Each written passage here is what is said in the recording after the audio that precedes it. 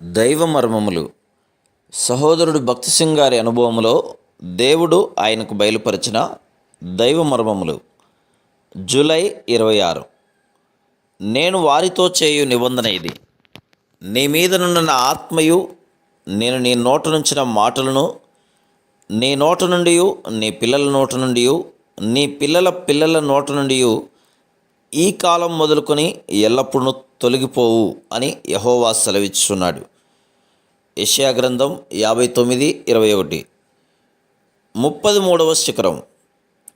ప్రభు మనకిచ్చినవన్నీ శాశ్వత కాలమునకు మనవయుండును. మన యొద్ద నుండి ఆయన వాటిని మరన్నిటినీ తీసివేయడు.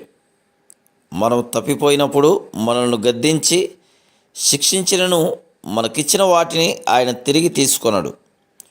మరియు ఆయన నా ఆత్మను మీ మీద ఉంచి ఉన్నాను అని చెబుతున్నాడు. ఎన్నిసార్లు ఆ ఆత్మ నీతో మాట్లాడి ఉన్నాడు.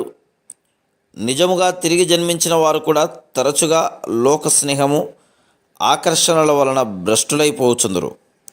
అయినప్పటికీ వారు నా కుమారుడా, నా కుమారి, రమ్ము, తిరిగి నా యుద్ధకు రమ్ము, తిరిగి నా యుద్ధకు రమ్ము అను స్వరమును ఎల్లప్పుడూ వినుచుందురు.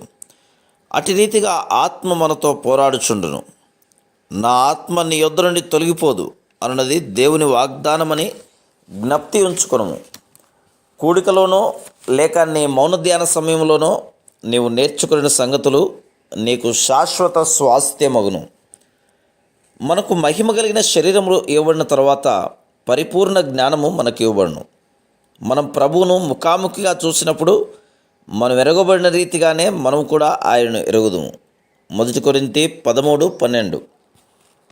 ఆ పరిపూర్ణ జ్ఞానం ద్వారా పరలోకమందంతటను ఏమేమి సంభవించున్నదో గ్రహించగలుగుదుము. అయితే ఈ భూమి మీద ఉన్నంతకాలం మన జ్ఞానము అసంపూర్ణంగానే ఉండును. పరలోకంలో నీవు పూర్ణ జ్ఞానం కలిగి ఉండుటచే అక్కడనున్న వారందరినీ పేరు పేరు వరుసన ఎరిగి ఉందువు. పరలోకంలోని ప్రతి భాగమును గూర్చి మనకు తెలిసి ఉండును గనక పరలోకంలోని ప్రతి భాగమునకు మనంతట మనమే పోగలము.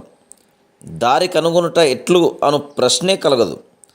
శ్రమ, పరీక్షల ద్వారా దేనినైతే నీవు ఈ లోకంలో నేర్చుకొనుచున్నావో అవే పరలోకమందలి పరిచర్యకే నిన్ను సిద్ధపరచును. Praise the lord.